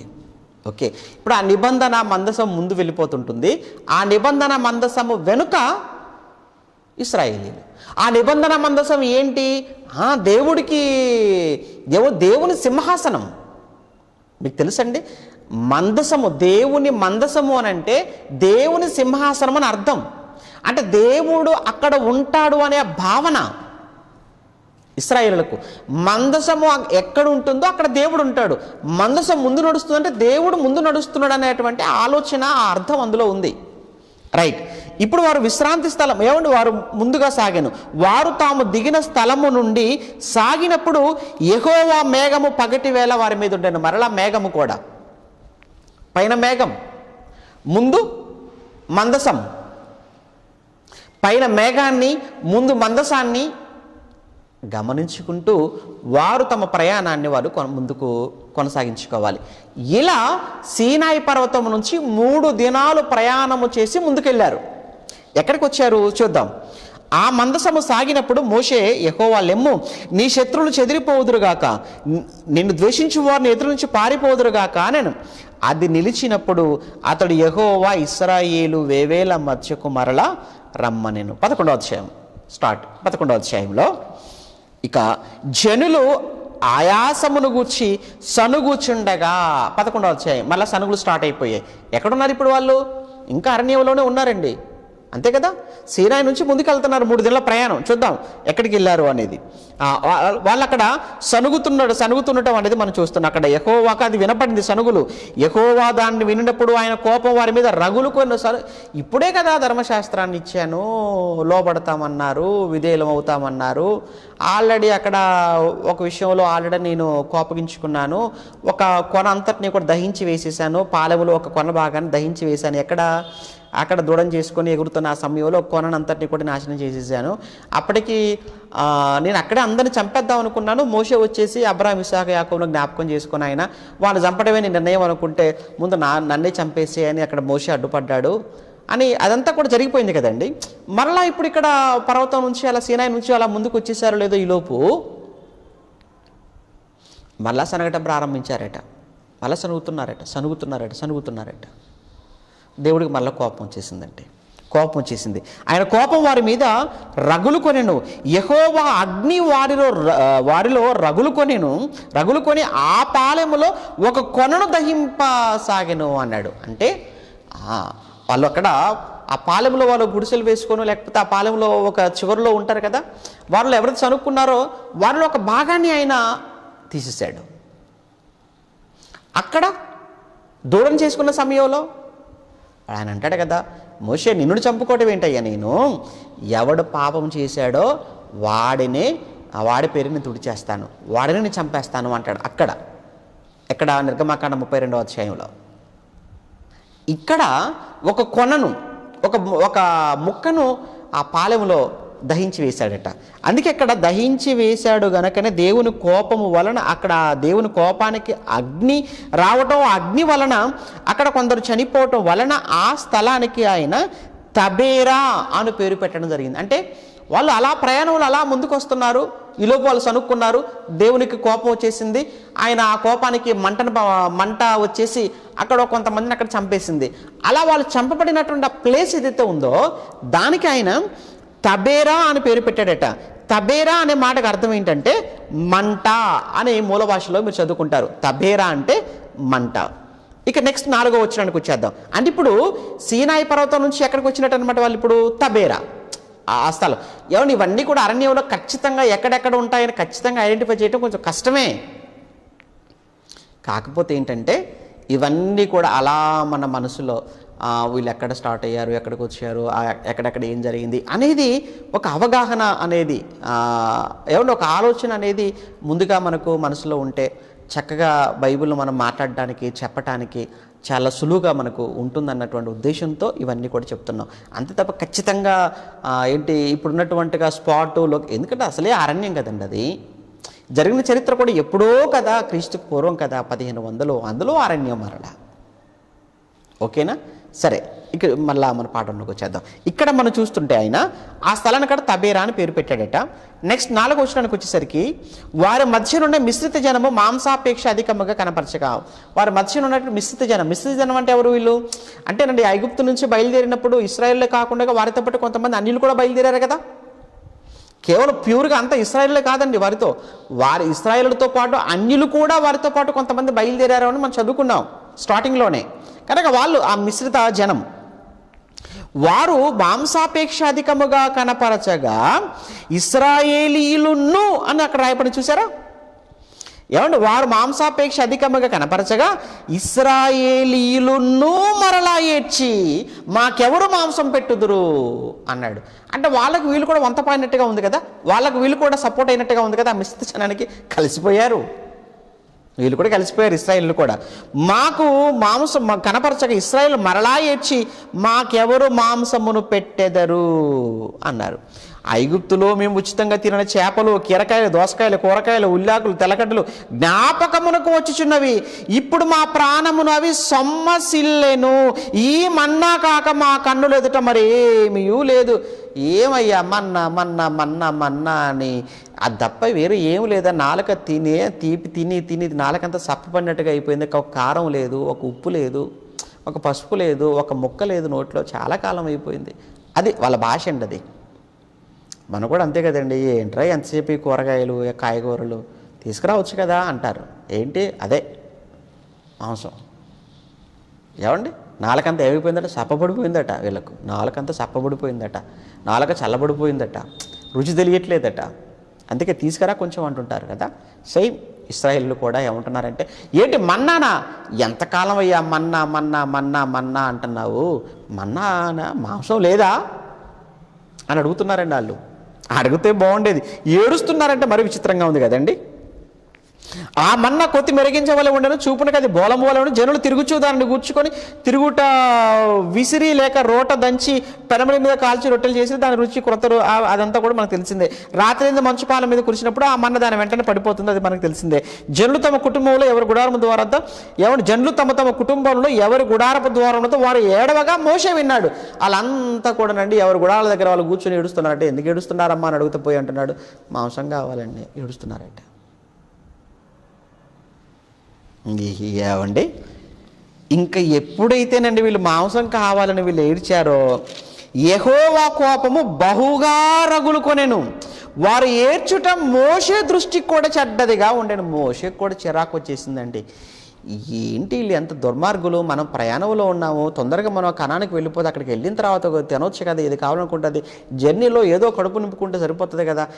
ఈ ప్రయాణంలో కూడా కోరికలా, ఈ ప్రయాణంలో కూడా మాంసాలు, ఈ ప్రయాణంలో కూడా నాన్ వెజ్ కావాల్సిందేనా? మరి మీరు మనుషులా? మీకేమైనా అర్థమవుతుందా అసలు?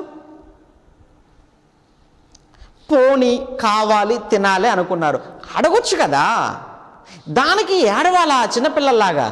చిన్నపిల్లలు బజారు తీసుకెళ్ళినప్పుడు అది కావాలి ఇది కావాలి అది కావాలి ఇది కావాలని ఎలా అయితే చేయబట్టి లాగేసి ఏడిపించేసి ఎలా అయితే మారం చేస్తుంటారో అలా ఉన్నారండి వీళ్ళు కూడా. ఇక్కడ వీళ్ళని చిన్నపిల్లలు అండి వీళ్ళు ఏమైనా ఏడవడానికి మాంసం కోసం ఏడుస్తున్నారంటే వీళ్ళని ఏమన్నా చెప్పండి ఇశ్రాయేలీయులని. ఇక అందుకే దేవుని కోపం బహుగా రగులుకుందట. మోషే గారికి కూడా చాలా చిరాకు వచ్చేసిందట. ఛీ, ఇలాంటి వాళ్ళకని నాయకుడిగా ఉన్నాను, ఇలాంటి వాడిని నడిపించేది, ఛీ ఇలాంటి వారితో ఉండటం కంటే చావటం బెటర్ అనుకున్నాడు అక్కడే మోషే గారిక. అక్కడ మీరు చూస్తుంటే అదే అర్థమవుతుంది. కాగా మోషే యెహోవాతో ఇట్లనెను, నీవేళ నీ సేవకుని బాధించితివి, నా మీద నీ కటాక్షము రానియక ఈ జనముల భారములను నా మీద నువ్వు ఎందుకు పెట్టావయ్యా? ఈ సర్వ జనములను, ఈ 20 లక్షల మందిని నేను కన్నానా? నేను గర్భమును ధరించి తినా? నేనే వీరిని కంటినా? పాలిచ్చి పెంచడు తండ్రి పసిపిల్లలు మోయినట్లుగా నేను వీరి తండ్రులకు ప్రమాణపూర్వకంగా ఇచ్చిన ఈ దేశమందు వీరిని రొమ్మును ఎత్తుకొని పొమ్మని నువ్వు నాతో చెప్పుచున్నావు. ఈ సమస్త ప్రజలకు ఇచ్చుటకు మాంసము నాకెక్కడిది? ఎక్కడి నుంచి తీసుకురావాలయ్యా 20 లక్షల మందికి మాంసం అంటే? ఎక్కడి నుంచి తీసుకురావాలి చెప్పు మాంసం? 20 లక్షల మందికి ఈ సమస్త ప్రజలకు ఇచ్చుటకు మాంసం నాకు ఎక్కడిది? వారు నన్ను చూచి ఏడ్చుచు, మోషేని చూసి ఏడుస్తున్నారట. తినుటకు మాకు మాంసం అని అడుగుతున్నారు, అయ్యా మోషే అని ఏడుస్తున్నారట మాంసం కావాలని. ఇప్పుడు మోషే గారి పరిస్థితి ఏంటి చెప్పండి? ఇక మోషే గారు కూడా కోపం వచ్చేసిందండి. వచ్చేసి ఆయన ఏమంటారు చూసారా, ఈ సమస్త ప్రజలను ఒంటిగా మోయటం నా వలన కాదు, అది నేను భరింపలేని భారం. నీవు నాకిట్లు చేయదలిచిన ఎడల నన్ను చంపు, నా మీద నీ కటాక్షము వచ్చిన ఎడల నేను నా బాధను చూడకుండానట్లు. అయ్యా నన్ను చంపయ్యా, అయ్యా నన్ను చంపయ్యా, నా వల్ల కాదయ్యా వీరిని భరించటం.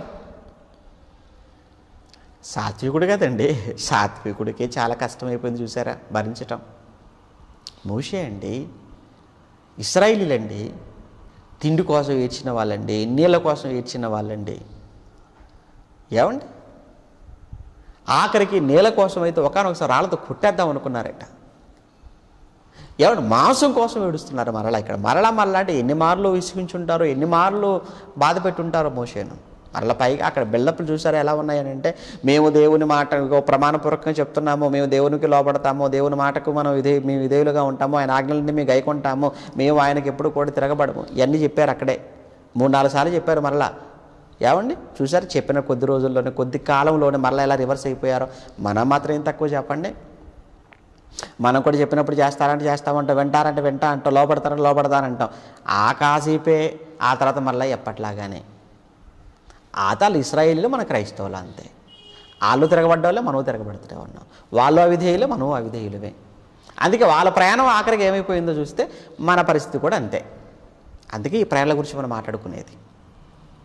ఏమండి, అప్పుడు యెహోవా మోషేతో, జనులకు పెద్దలనియు అధిపతులని నీవెరిగిన ఇశ్రాయేల్ పెద్దలు ఒక 70 మందిని ఏర్పాటు చేసుకో, వారందరూ అర్జెంటుగా తీసుకొని వచ్చేసాయి, నువ్వేం కంగారు అవ్వకు నాయన, వాళ్ళ మీద నా ఆత్మ ఉంచుతాను, వారి ముందుగానే వారి ఎదుటగానే నా మాటలకు వెళ్ళి చెప్పు, ఇదిగో సాయంత్రం వరకు నేను వాళ్ళకి మాంసం పెట్టేస్తాను, నువ్వేం వరి అవ్వద్దు.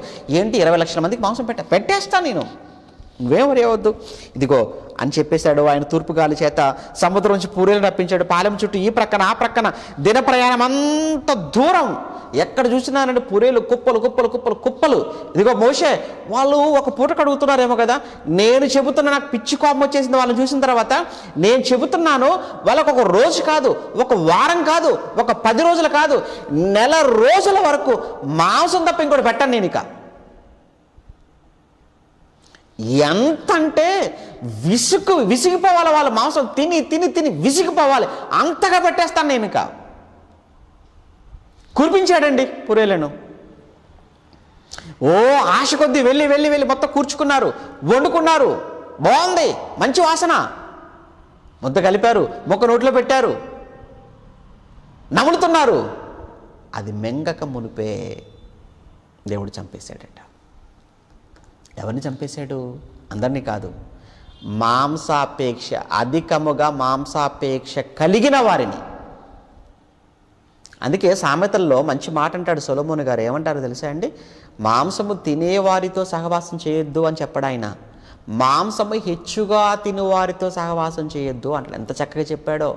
మాంసము హెచ్చుగా తినువారితో సహవాసం. మాంసం తినటం తప్పు కాదు, అందరూ తింటారు మాంసం, కానీ ఎక్కువగా తినేవారితో నువ్వు స్నేహం చేయొద్దు అంటాడు. ఇక్కడ కూడా దేవుడు చంపింది ఎవరిని అనగా, మాంసాపేక్ష అధికంగా కలిగిన వారందరినీ కూడా. ఏమండి, కంపు వాసన అండి, వారి రంధ్రాలు, నాసికా రంధ్రములలో నుంచి వాసన వచ్చేటట్లుగా అంతగా ఆయన పెట్టేసి ఆఖరికి వారిని చంపినట్టుగా మనం చూస్తుంటాం. 34వ వచనంలో మాంసాపేక్ష కలిగిన వారిని జనులు అక్కడ పాతి పెట్టిరి. 33 ఆ మాంసం ఇంకా వారి పండ్ల సందున ఉండగానే అది నమలక మునిపే యెహోవా కోపము జనుల మీద రగులుకొనెను. యెహోవా చేత వారిని బహుగా బాధించెను, తెగులు చేత. మాంసాపేక్ష కలిగిన వారిని జనులు అక్కడ పాతి పెట్టినందున ఆ స్థలమునకు కిబ్రోతు హత్తావా అని పేరు పెట్టబడెను అన్నాడు. ముందు ఒక స్థలం పేరు పెట్టాడు కదా, ముందు ఏమని పేరు పెట్టారు? తబేరా అన్నాడు ముందు స్థలం. నెక్స్ట్ స్థలం ఏంటట? కిబ్రోతు హత్తావా అన్నాడు. ఇవి 2 మ్యాప్లో ఉన్నాయా? ఒకసారి చూడు, ఈ 2 మ్యాప్లో ఉన్నాయా? నాకు తెలిసి ఈ 2 మ్యాప్లో ఉండకపోవచ్చు. ఎందుకంటే అవి వీళ్ళు వెళ్ళిన తర్వాత అక్కడ జరిగిన ఇన్సిడెంట్ని బట్టి అక్కడ ఆ పేరు పెట్టారు కనుక ఉండకపోవచ్చు. చూసారా? లేవండి. తబేరా లేదు, కిబ్రోతు హత్తావా అనేది కూడా లేదు. ఎందుకంటే ఇవి అక్కడ అప్పటికి జరిగినటువంటి సంఘటనను బట్టి అప్పటికప్పుడు ఆ తర్వాత ఆయన పేరు మెన్షన్ చేసి రాశాడు కనుక అవి అక్కడ లేని ప్రాంతాలు అవి, అందుకోసమే వాటిని అక్కడ మెన్షన్ చేయలేదు భౌగోళికంగా. Okay right. కిబ్రోతు హత్తావా దానికి మూల భాషలో అర్థం ఏమన్నాడు? దురాశ. రైట్. ఇప్పుడు అక్కడి నుంచి ఎక్కడికి ప్రయాణం? నెక్స్ట్ చూస్తారా, అక్కడి నుంచి వారు కిబ్రోతు హత్తావా నుండి హజేరోతుకు ప్రయాణమై హజేరోతులో దిగిరి అన్నాడు. ఇప్పుడు హజేరోతు ఉందంటే హజేరోతు ఉంది. ఇప్పుడు మీరు చూసారు అక్కడ మీకు కనబడుతుంది అక్కడ హజేరోతు అనేది, అక్కడ మీరు మ్యాప్లో మీరు చూస్తారు చూడండి, అక్కడ హజేరోతు కనబడుతుంది అక్కడ రైట్ సైడ్లో. సినాయి పర్వతానికి అలా యారో మార్క్ వెళ్తుంది పైకి, హజేరోతు అని మీకు కనిపించింది. ఓకే మీకు కనిపించింది, చాలు కనిపించింది అనుకుంటున్నాను. హజేరోతుకు వెళ్ళారండి. ఈ హజేరోతుకు వెళ్ళగానే ఇక్కడ ఒక ఇన్సిడెంట్ జరిగింది. ఇంతకీ ఏంటది అని అంటే, హజేరోతుకు వెళ్ళగానే ఇక్కడ మోషే గారి పైకి అహరోను ఆ తర్వాత మిరియాము అన్న అక్క ఇద్దరు తిరుగుబాటు చేశారు. కారణం ఏంటంటే మోషే గారు కూషు దేశపు స్త్రీని పెళ్లి చేసుకుంటాడు. అప్పుడు మిరియాము అహరోను వచ్చేసి నువ్వు మాకు నచ్చలేదు, నువ్వు ఎందుకు అలా చేసేసావు అని చెప్పి రివర్స్ అయిపోతారు. కానీ అక్కడనంటే నిజంగా మోషే గారు ఏం మాట్లాడరండి. మోషే గారు ఏమీ మాట్లాడరు. ఎందుకంటే మోషేని తిడుతుంటే దేవుడు వింటున్నాడు, మోషేని తిట్టిన మాటలు దేవుడే విన్నాడు.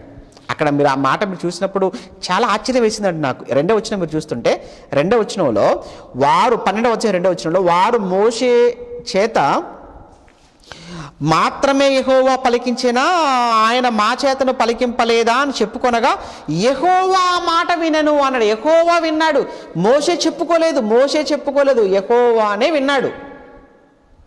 అంటే దేవుడు ఏర్పాటు చేసుకున్న ఒక సేవకుని ఒక మాట అంటున్నప్పుడు సేవకుడు ఎప్పుడు చెప్పుకోవాల్సిన అవసరం లేదు, రాదు. కానీ సేవకుడిని అనే మాట అది దేవుడు వింటాడన్న సంగతి ఇక్కడ మనకు అర్థమవుతుందండి. అందుకే సేవకుడు తండ్రి ఆడలా ఇడిలా అని చెప్పడు. నిజమైన ఏమండి సేవకుడి యొక్క ఆ గుణగణాలు, సేవకుడి లక్షణాలు కలిగిన నిజమైన సేవకుడు చెప్పుకోడు కదా. యేసుక్రీస్తు ఎంత గొప్పవాడు, తండ్రి వదిలేసే తండ్రి అన్నాడు ఆయన అయితే ఇంకా కదా. స్టెఫెన్ గారు కూడా వదిలేసే తండ్రి వారి మీద నేరం మోపుకో అన్నాడు. ఇక్కడ కూడా మనం చూస్తుంటారండి, సొంత అన్నయ్య అక్క తప్పుగా మాట్లాడుతున్నారు. ఎంతగా మాట్లాడుతున్నారు అని అంటే ఇంకా ఎంత అడ్వాన్స్ అయిపోయారు అంటే, ఏంటి మోషేని మాత్రం ప్రవక్త, మోషేతోనే దేవుడు మాట్లాడాడా, మాతో మాట్లాడలేదా, మాతో కూడా మాట్లాడాడు, మేము కూడా ఆయనతో పాటు ఈక్వలే, ఎందులో గొప్ప, ఒరే నువ్వు ఎందులో రా, నువ్వు గొప్పవాడివి, నువ్వు ఎందుకు ఆ పని చేశావు, నువ్వు ఎందుకు అలా చేసుకున్నావు అన్నప్పుడు దేవుడు కలగజేసుకొని ఏంటి మీరిద్దరు బాగా ఎక్స్ట్రా చేస్తున్నారు, ఏంటి మీరిద్దరు అసలు మోషే లేకపోతే మీరిద్దరు ఎక్కడి నుంచి వచ్చారు, మోషేను బట్టే కదా నేను మిమ్మల్ని ఆయనకు అసిస్టెంట్గా పెట్టాను, అయినా మోషేకు నాకు మధ్య ఉన్నంత మీకు నాకేమీ లేదు. దేవుడు ఓపెన్గా చెప్పేశాడు, మోషేతో నేను ముఖాముఖిగా మాట్లాడతాను, నేను మోషేకు నాకున్నంత క్లోజ్నెస్ మీకు నాకు లేదు. మోషే భూమి మీద ఉన్న వారందరూ మిక్కిలి సాత్వికుడు, నా ఇల్లంతలో నమ్మకమైన వాడు. అమ్మ మిరియాము నువ్వు ఇంకా చాలా ఎక్కువ మాట్లాడుతున్నావు, మిరియాము చాలా ఎక్కువ మాట్లాడుతున్నావు. ఆడవాళ్ళు కదని కొంచెం నోరు ఎక్కువ ఉంటుంది కదా, కొంచెం ఎక్స్ట్రా మాట్లాడిందిలేండి. అందుకే అహరోను కంటే మిరియాముకి ఎక్కువ పడింది అక్కడ శిక్ష. కొంచెం నోరు కదండి, ఎక్కువగా మాట్లాడతారు కదా, అలా మాట్లాడితే వాళ్ళకు సాటిస్ఫాక్షన్గా ఉంటుందండి. అంతే, మాట్లాడలేదనుకోండి తృప్తిగా ఉండదు. అందుకే మిరియాము కాస్త ఎక్కువగా మాట్లాడేసింది. అందులో తమ్ముడు అనేటువంటి అధికారంతో కూడా కావచ్చు ఎక్కువ మాట్లాడింది. నువ్వు ఇంత పనికి వస్తావా అని చెప్పేసి దేవుడు ఏమన్నాడానంటే, ఇదిగో నీకు ఈ క్షణాన్ని నీకు కుష్టి ఇచ్చేస్తాను అన్నాడండి. వెంటనే కూడా తెల్లటి కుష్ఠరోగం వచ్చేసిందండి. వెంటనే మళ్ళా వీళ్ళిద్దరు కలిసి అహరోను ఈమె మిరియాం ఇద్దరు కలిసి మోషే దగ్గరికి వెళ్ళి మోషేతో బ్రతిమలాడుకుంటారు.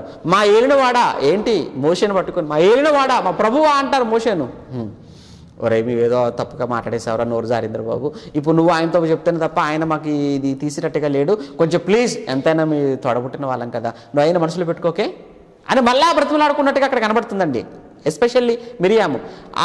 ఆ తర్వాత మరలా మోషే గారి దేవుని వేడుకుంటాడు. అప్పుడు వెంటనే చెప్తాడు, ఇది ఒక వారం రోజుల పాటు ఆమెను పాలెం వెలుపల పెట్టండి, వారం రోజుల పాటు ఆమెను సంఘానికి బయట పెట్టండి, ఆ తర్వాత మళ్ళీ లోపలికి వచ్చేసి తగ్గిన తర్వాత అన్నట్టుగా వారం రోజుల పాటు బయట పెట్టేశాడు మిరియామును. ఆ తర్వాత ఆమె లోపలికి వచ్చేసింది. ఇదంతా కూడా 12వ అధ్యాయంలో మనకు కనిపించేదండి. తర్వాత జనులు హజేరోతు చూస్తారా, 16 వచ్చిన 12వ అధ్యాయం 16 నుంచి, తర్వాత జనులు హజేరోతు నుండి సాగి పారాను అరణ్యములో దిగిరి. అమ్మయ్య, మొత్తానికైతే ఇప్పుడు ప్రయాణం ఎక్కడికి వెళ్ళిందనమాట, అయితే పారానుకు చేరుకుంది. పారానులో ఎక్కడికి వెళ్ళారు, పారానులో కాదేశు బర్నేయ అటువైపుగా ప్రయాణము సాగుతుంది. ఈ కాదేశు బర్నేయాకు వచ్చిన తర్వాత ఏం జరిగింది? ఏమంటే సాధ్యమైనంత వరకు రేపు కొంచెం ఎర్లీగా ప్రారంభించుకొని రేపు ఎట్టి పరిస్థితుల్లో కూడా ముగించుకునే ప్రయత్నం చేద్దాము. ఇంతటితో ఈ రోజుకు ఈ భాగాలు ఆపేద్దాం.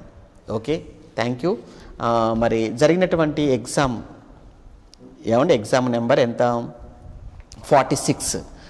Okay, exam number 46. కొత్తగా చూస్తున్న వాళ్ళు ఎవరైనా ఉంటే ఇప్పుడు మీరు చూస్తున్న ఈ ఛానల్ కూడా మీరు సబ్స్క్రైబ్ చేసుకొని బెల్ బటన్ ప్రెస్ చేయండి. మన channel Bible world regular channel అది ఓపెన్ అయ్యేంత వరకు ఇందులోనే మనం లైవ్ మాట్లాడుకుంటాం కనుక తప్పనిసరిగా దీన్ని కూడా మీరు సబ్స్క్రైబ్ చేసుకోండి, బెల్ బటన్ ప్రెస్ చేయడం మీరు మర్చిపోకండి. కానీ ఈ మెసేజ్ అంతటినీ కూడా మళ్ళీ తిరిగి బైబిల్ వరల్డ్ ఛానల్లో అప్లోడ్ చేస్తున్నాము. షార్ట్ మెసేజ్ కూడా బైబిల్ వరల్డ్ ఛానల్ అప్లోడ్ చేస్తున్నాం కనుక దానిని కూడా తప్పనిసరిగా మీరు సబ్స్క్రైబ్ చేసుకోవటం, బెల్ బటన్ ప్రెస్ చేయటం మర్చిపోకూడదు మీరు మన బైబిల్ వరల్డ్ ఛానల్ కూడా. ఇక జరిగిన